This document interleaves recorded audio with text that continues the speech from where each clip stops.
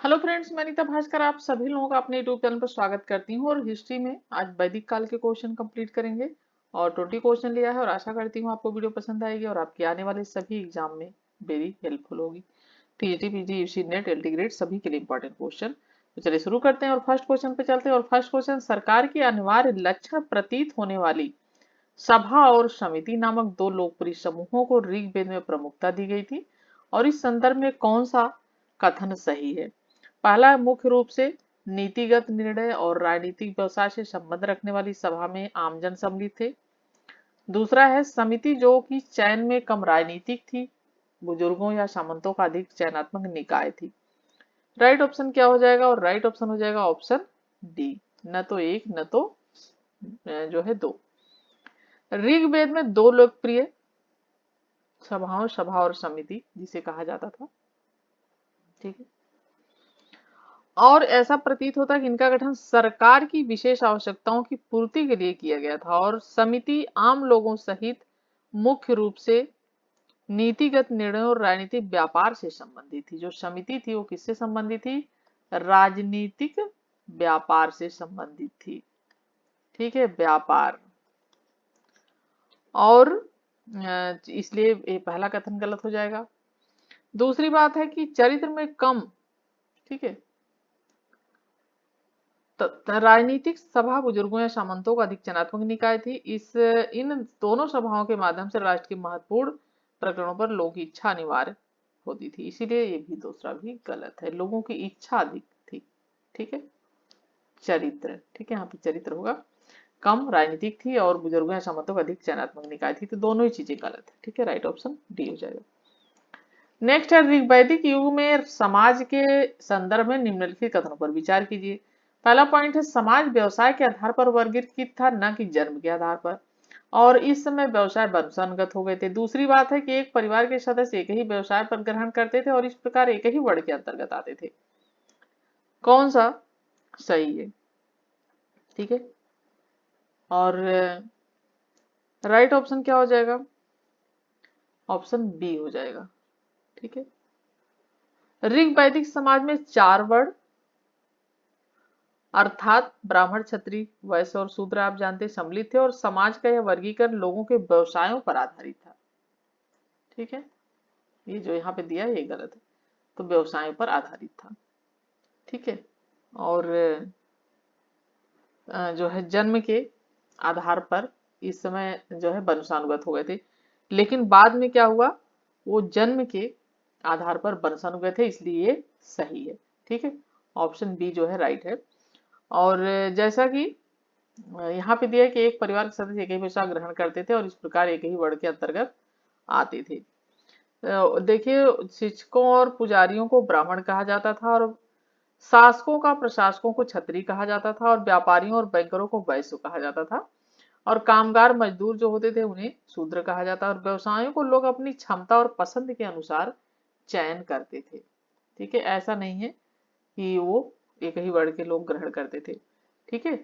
तो ये बाद में हुआ था, ऐसा पहले नहीं था। तो राइट ऑप्शन हो जाएगा ऑप्शन इसका जो है सिर्फ ये सही है। वैदिक काल के संबंध में निम्नलिखित कथनों पर विचार कीजिए। केवल क्षत्रियों तथा ब्राह्मणों को ही उपनयन संस्कार का अधिकार था। उत्तर वैदिक काल में सभा और समिति की महत्ता कम हो गई थी। वैदिक काल में आश्रम भली भांति प्रचलित हो चुके थे। राइट ऑप्शन इसका केवल दो, ठीक है। देखिए, सभी तीन उच्च वर्णों में एक जो है ये होता था उपनयन संस्कार, ब्राह्मण में भी, क्षत्रिय में भी, वैश्य में भी, ठीक है। सिर्फ शूद्र जो होते थे उनको इसका अधिकार नहीं था उपनयन संस्कार का, जो कि पढ़ाई से संबंधित था, ठीक है। और जो है उपनयन या अभिषेक संस्कार करने का अधिकार था तीनों लोगों को, तीनों को, और चौथे वर्ण जो है वो उनको नहीं था, ठीक है। और आश्रम या जीवन की चार अवस्थाएं वैदिक काल में भली भांति प्रचलित नहीं थी, ठीक है। वैदिक काल में भली भांति प्रचलित नहीं थी, ये भी गलत है। और जो यहाँ पे सभा और समिति की बात की गई है, ठीक है, ये सही है, ठीक है। तो ये भी गलत है और तीसरा भी गलत है, ये भी गलत है, ठीक है, केवल दूसरा सही है।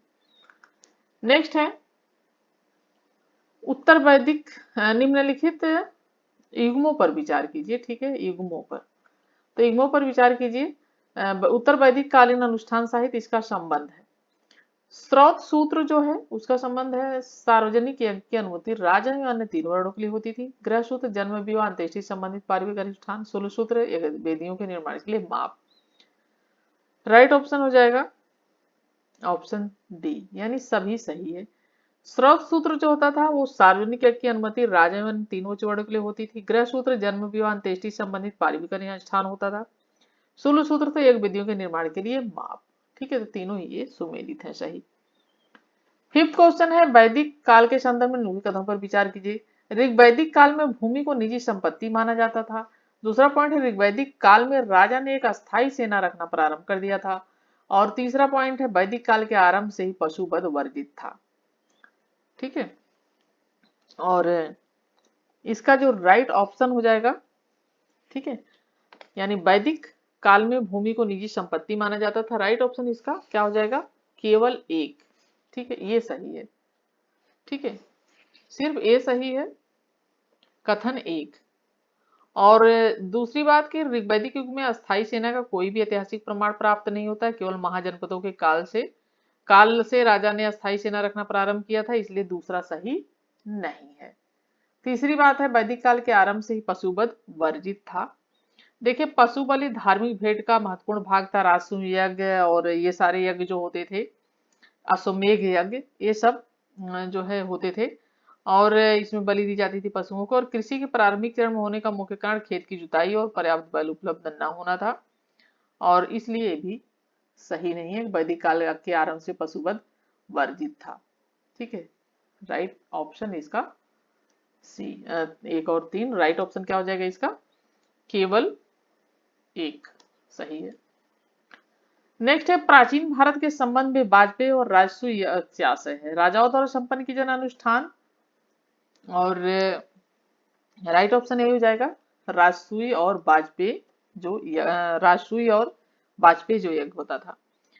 ठीक है, राजाओं द्वारा विशिष्ट प्रयोजनों के लिए विशिष्ट अवसरों पर संपन्न किए जाने अनुष्ठान थे ये, राजसूय वाजपेयी। ठीक है, तो राइट ऑप्शन हो जाएगा ऑप्शन ए। नेक्स्ट है वैदिक काल युग के दौरान प्रचलित कबीलाई सभाओं के संदर्भ में निम्नलिखित कथनों पर विचार कीजिए।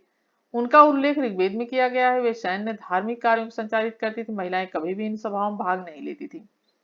सेवन क्वेश्चन का राइट ऑप्शन क्या हो जाएगा, ऑप्शन बी हो जाएगा, एक और दो दोनों। ठीक है, एक और दो दोनों, यानी उनका उल्लेख ऋग्वेद में किया गया है। वे सैन्य और धार्मिक कार्यों को संचालित करती थी। देखिए, विभिन्न कबीलाई सभाएं जैसे सभा और समिति, विद्या और गण का उल्लेख ऋग्वेद में मिलता है। ठीक है, इसलिए एक सही है। और ये सभाएं धार्मिक कार्यों को संचालित करती थी, ये भी सही है। महिलाएं कभी इनसे भाग नहीं लेती थी, ये गलत है। ऋग वैदिक काल में महिलाएं इन सभाओं की बैठकों में, सभा और समितियों में भाग लेती थी। ठीक है, महिलाएं। बाद में उत्तर वैदिक काल में फिर दिक्कतें आई थी, तो सभा और जो समिति थी इनमें भाग लेती थी बैठक में, और इनके प्रवेश को जो है बाद में प्रतिबंधित कर दिया गया था। ठीक है, तो पहले भाग लेती थी ये। ठीक है, तो इसलिए ये सही नहीं है। ठीक है, कि भाग नहीं लेती थी, तो राइट ऑप्शन एक और दो हो जाएगा। 8 क्वेश्चन है प्राचीन भारत के संदर्भ में ब्रह्म दे शब्द से आशय है। ब्राह्मणों पर लगाया जाने वाला एक प्रकार का कर, गैर ब्राह्मण किसानों से संबंधित भूमि, ब्रह्मा के लिए समर्पित मंदिरों के निर्माण हेतु आवंटित भूमि, या ब्राह्मणों को भेंट में दी गई कर मुक्त भूमि। राइट ऑप्शन डी हो जाएगा, ब्राह्मणों को भेंट में दी गई जो कर मुक्त, यानी उस पर कोई टैक्स या कर नहीं लगता था, उसे जो है ये ब्रह्मदेह शब्द कहते थे, ब्रह्मदेह कहते थे। तो ब्रह्मदेह जो था एकल भूखंड या संपूर्ण गांव के रूप में ब्राह्मणों को दिया गया एक कर मुक्त उपहार था। और जो है प्रारंभ में सत्तारूढ़ जो राजवंश होते हैं उनके द्वारा दिया जाता था, लेकिन बाद में मुखियाओं, व्यापारियों, सामंतों आदि द्वारा भी अपना लिया गया। ठीक है, नेक्स्ट है 9 क्वेश्चन। निम्नलिखित में से कौन सी विशेषताएं वैदिक कालीन लोगों के सामाजिक जीवन से संबंधित है। गोत्र व्यवस्था, स्थापित आश्रम प्रणाली, मातृसत्तात्मक परिवार प्रणाली। और राइट ऑप्शन क्या हो जाएगा, ऑप्शन बी हो जाएगा, केवल एक। ठीक है, गोत्र व्यवस्था। गोत्र व्यवस्था वैदिक कालीन सामाजिक जीवन का भाग थी ये। ठीक है, एक सामाजिक जीवन का भाग थी। और क्योंकि आश्रम प्रणाली स्थापित सुस्थापित नहीं थी, तो ये गलत है। मातृसत्तात्मक परिवार प्रणाली, ये भी गलत है क्योंकि समाज जो था वो पितृसत्तात्मक था। ठीक है, ये पितृसत्तात्मक था। ठीक है, तो राइट ऑप्शन ऑप्शन इसका एक हो जाएगा। नेक्स्ट है, वैदिक लोगों द्वारा पालन किए जाने वाले धर्म की प्रकृति के संबंध में उनके कथनों पर से कौन से सही हैं? पहला पॉइंट है, ऋग्वैदिक धर्म को प्राकृतिक बहुदेववाद आदि के रूप में वर्णित किया जा सकता है। देवताओं में मनुष्य या पशु रूपों के गुणों का वर्णन किया जाता था। अग्नि देवी की पूजा की जाती थी। और राइट ऑप्शन क्या हो जाएगा? सभी कथन इसमें सही हैं। ठीक है, ऑप्शन इसका सी राइट हो जाएगा। ये सारी चीजें, अग्नि देवी की पूजा की जाती थी, मनुष्य और पशु के गुणों का वर्णन किया जाता था, और ये भी सही है। तो ऑप्शन इसमें तीनों ही सही है।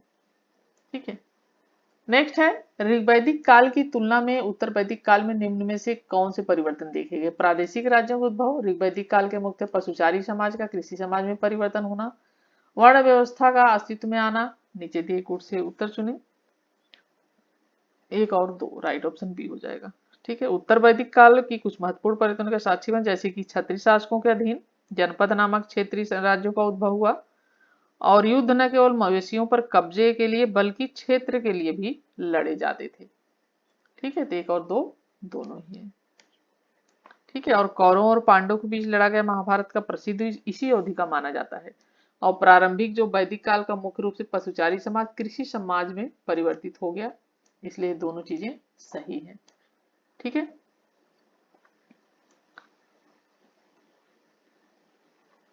नेक्स्ट है, ऋग वैदिक काल के दौरान निम्न में से कौन सी आर्थिक गतिविधियां प्रचलित थी? पशुचारण, काष्ठकर्म, कताई, कृषि। राइट ऑप्शन हो जाएगा सभी कथन इसमें सही है। ठीक है, चारों ही, ऑप्शन बी इसका राइट हो जाएगा।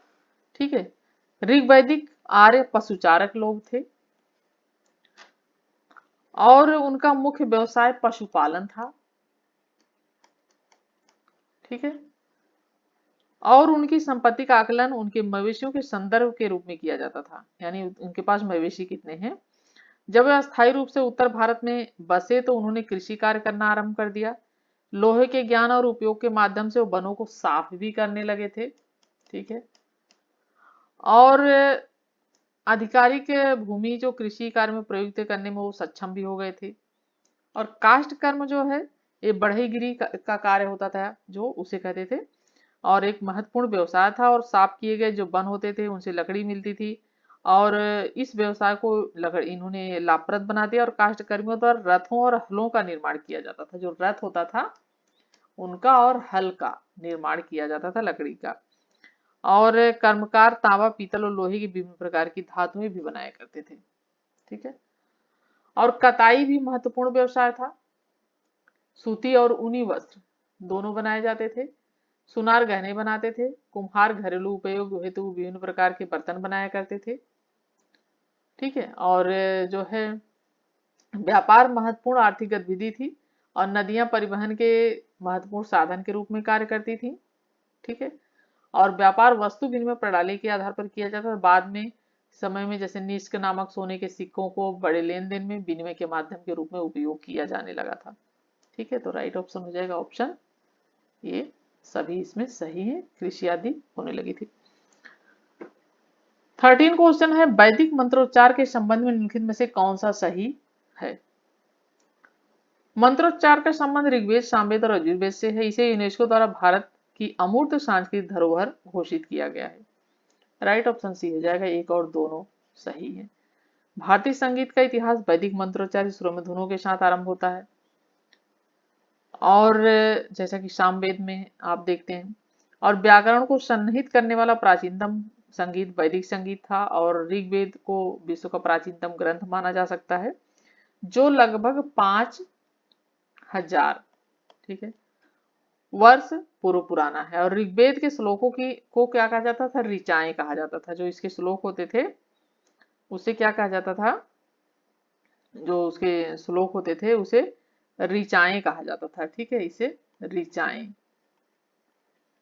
ठीक है, और संगीत की सबसे आरंभिक जो है सामवेद माना जाता है, और इसमें ऐसे ऐसे श्लोक है जिससे संगीतबद्ध किया जा सकता था, और निर्धारित करता है कि वैदिक मंत्रों को उतार चढ़ाव उच्चारण एक विशिष्ट तरीके के साथ किया जाए। ठीक है, और वैदिक मंत्रोच्चार की परंपरा को यूनेस्को द्वारा 2008 में, कब, 2008 में, जल्दी ही, यानी बहुत 2008 में अमूर्त विरासत, जो सांस्कृतिक विरासत की सूची में स्थान दिया गया था। 14 क्वेश्चन है, संगम और वैदिक ग्रंथों के संबंध में निम्नलिखित कथनों पर विचार कीजिए। वैदिक और संगम दोनों की प्रकृति धार्मिक है। वैदिक ग्रंथों के विपरीत संगम ग्रंथ लोगों के राजनीतिक और आर्थिक जीवन की कोई जानकारी प्रदान नहीं करता है। 14 क्वेश्चन का राइट ऑप्शन हो जाएगा ऑप्शन डी, न तो एक नहीं दो। ठीक है, कथन एक सही नहीं है, क्योंकि वैदिक धर्मों में धार्मिक और धार्मिक ग्रंथों में धार्मिक साहित्य सम्मिलित है, जबकि संगम ग्रंथ धर्मनिरपेक्ष प्रकृति के हैं। ठीक है, तो ये सही है। मतलब वैदिक और सही नहीं है ये भी, क्योंकि वैदिक और संगम में दोनों की प्रकृति धार्मिक है, तो जो इनकी संगम है इनकी धर्म प्रकृति धार्मिक नहीं है। ठीक है, और दूसरा जो है संगम ग्रंथ कांची, जो संगम ग्रंथ लोगों के राजनीतिक और आर्थिक जीवन कोई जानकारी नहीं प्रदान करते, ऐसा नहीं है। संगम ग्रंथ कांची, कोरके, मदुरै, पुहार जैसे जो महत्वपूर्ण नगर थे उनकी सूचना ये प्रदान करते हैं, और इनमें ग्रीक रोमन व्यापार जो था उससे भी इसका पता चलता है। ठीक है, तो बहुत सारी जानकारी देते हैं संगम जो ग्रंथ है। ठीक है, तो राइट ऑप्शन हो जाएगा ऑप्शन डी, यानी दोनों ही सही नहीं है। प्रारंभिक वैदिक साहित्य में वर्णित सूक्त क्या है? देवताओं और देवियों को स्तुति का पाठ, बलि की प्रथा, युद्ध में बंदी बनाए गए दास, विभिन्न अनुष्ठान करने वाले पुरोहित, और राइट ऑप्शन हो जाएगा ऑप्शन ए, देवताओं की स्तुति और देवियों की स्तुति का पाठ।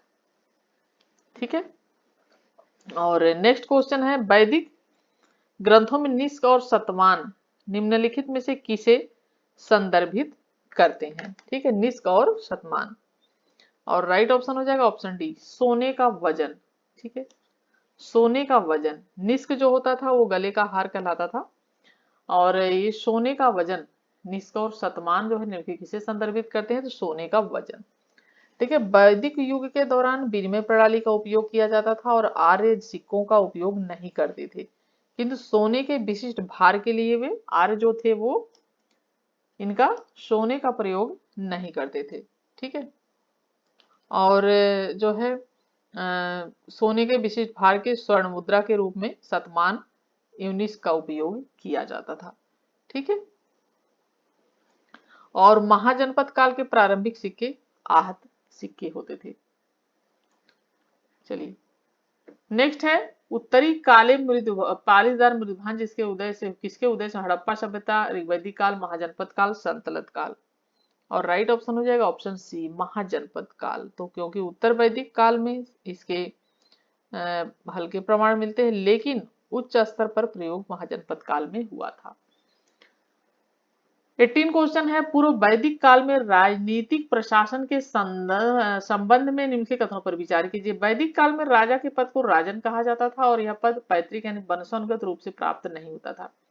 दूसरा पॉइंट है, राजनीतिक सभाओं में महिलाओं को भागीदारी अनुमति नहीं थी। तीसरा है, नागरिक तंत्र प्रादेशिक प्रशासन नहीं था। ठीक है, और राइट ऑप्शन क्या हो जाएगा? ऑप्शन सी हो जाएगा, केवल 3। ठीक है, देखिए, वैदिक काल में राजा के पद को राजन कहा जाता था, और यह वंशानुगत पद था। ठीक है, यहाँ पे वंशानुगत दिया है कि नहीं था, तो ये वंशानुगत होता था, लेकिन राजा असीमित शक्ति का प्रयोग नहीं करता था, क्योंकि उसे आदिवासी संगठनों को ध्यान में रखना पड़ता था, इसलिए ये सही नहीं है। ठीक है, दूसरी बात है, राजनीतिक सभाओं में महिलाओं की भागीदारी की अनुमति नहीं थी, तो जैसा कि महिलाओं को अनुमति थी। ठीक है, और इसलिए भी सही नहीं है दूसरा भी। तीसरी, नागरिक तंत्र या प्रादेशिक प्रशासन नहीं था।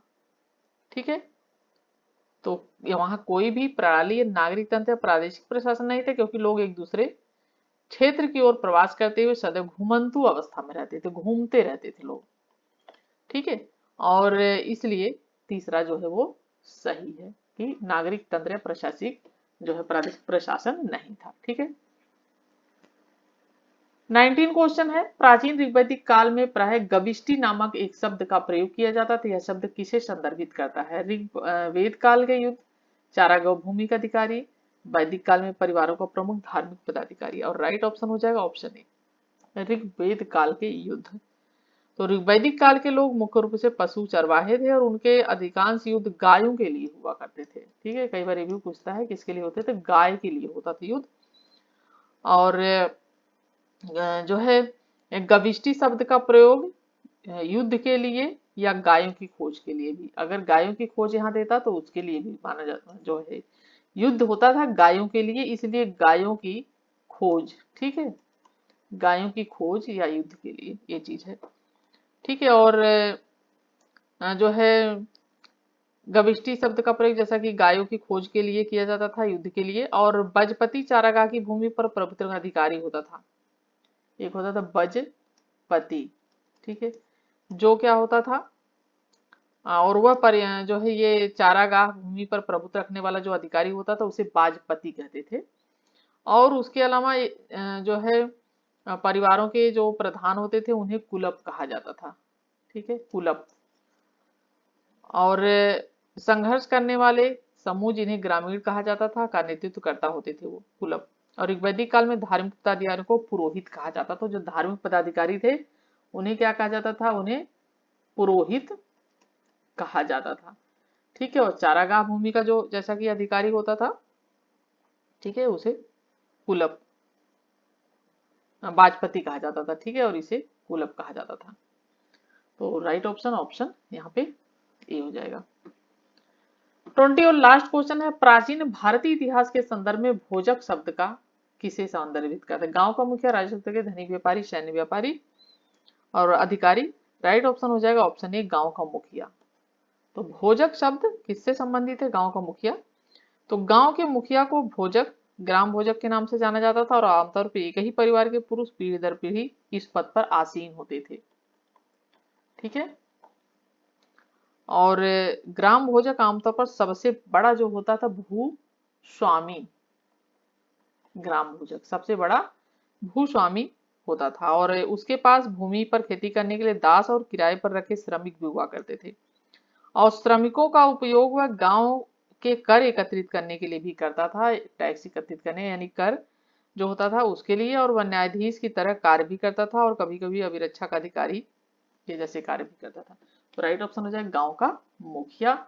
और 20 क्वेश्चन कंप्लीट होते हैं। वीडियो कैसी लगी जरूर कमेंट करिएगा और लाइक करिएगा। नेक्स्ट वीडियो मिलती हूँ आप सभी से। Thank you for watching video.